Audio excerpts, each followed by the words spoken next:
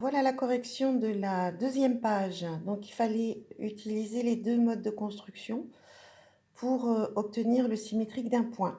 Donc, la première construction était demandée à l'équerre. Donc, vous voyez, on positionne l'équerre ainsi sur l'axe. On met un côté de l'équerre de l'angle droit sur l'axe et l'autre côté, on l'approche du point dont on veut tracer le symétrique. On trace la perpendiculaire, donc qui passe par le point A. On va prolonger. D'accord? Et ensuite, au compas, on va reporter la longueur de chaque côté pour obtenir le point A'. Voilà, la correction est un peu artisanale. Au compas, par contre, eh bien, la méthode est différente. On place deux points sur l'axe et avec cet axe, eh bien, avec ces deux points, on va mettre la pointe du compas, d'accord, sur l'un d'entre eux. On va aller chercher le point A par exemple et on va faire un arc de cercle de l'autre côté et on fera de la même façon avec un autre point sur l'axe et à l'intersection des deux arcs de cercle on obtiendra le point A'. Voilà, c'est cette méthode qu'on a utilisée pour construire le symétrique de la première figure, donc de l'exercice 6.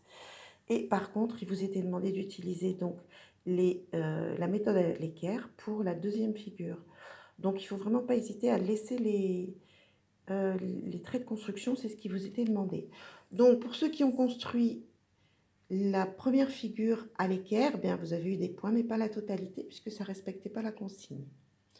Ensuite, en ce qui concerne les axes de symétrie, donc là, il faut repérer s'il y a des axes ou pas. Mentalement, vous devez plier votre figure selon l'axe que vous proposez, de manière à voir s'il y a effectivement une symétrie, si les deux parties se superposent. Donc, au niveau de la croix, il y avait 4 axes de symétrie. C'est comme le carré, hein, les deux diagonales plus les axes médians. Pour le pentagone régulier, on avait 5 axes. On partait de chaque sommet et on arrivait sur la moitié du côté opposé.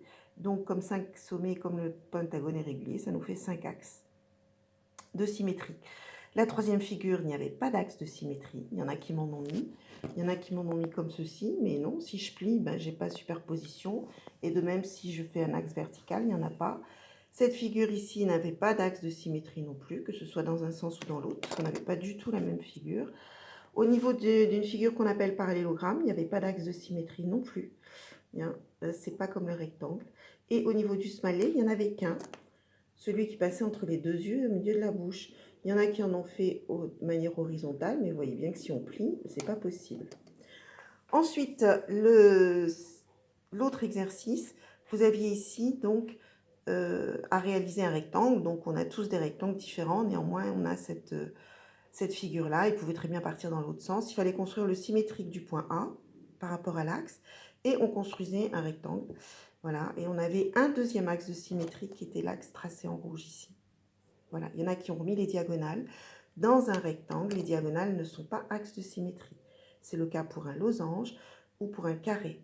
Regardez bien, en tous les cas, à chaque fois les vidéos qu'il y a dans les leçons, parce qu'elles vous permettent d'apprendre, d'accord, d'avoir un professeur qui vous fait quelque part la leçon.